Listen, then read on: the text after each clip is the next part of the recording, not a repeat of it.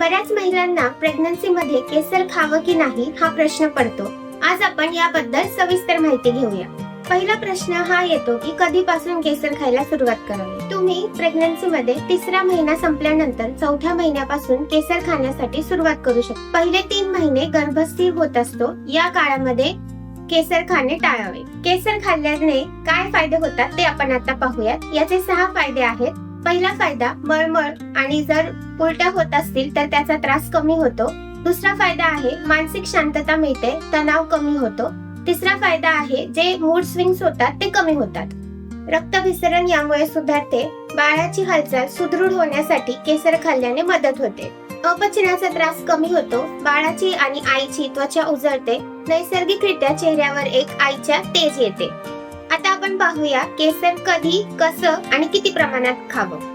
तर तुम्ही केसराच्या 2 ते 3 काड्या कोमट दुधामध्ये भिजवून रात्री किंवा सकाळी ते दूध पिऊ शकता.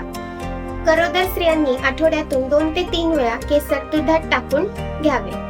केसरचं अतिसेवन टाळावं आणि केसरचं सेवन सुरू करण्याआधी नक्की एकदा तुमच्या डॉक्टरांचा सल्ला घ्यावा. तुमच्या आसपास जर कोणी प्रेग्नंट महिला असतील तर त्यांना ही माहिती नक्की शेअर करा. व्हिडिओ कसा वाटला हे आम्हाला तुम्ही कमेंट करून सांगा आणि व्हिडिओ आवडला असेल तर नक्की लाईक करा. ड्रायफ्रूट जार शॉप मध्ये उत्तम दर्जाचे केसर उपलब्ध आहे. जर तुम्हाला हवं असेल तर ड्रायफ्रूट जारशी नक्की कॉन्टॅक्ट करा. हेल्दी खा, फिट रहा आणि आनंदी जीवन जगा. Thank you so much.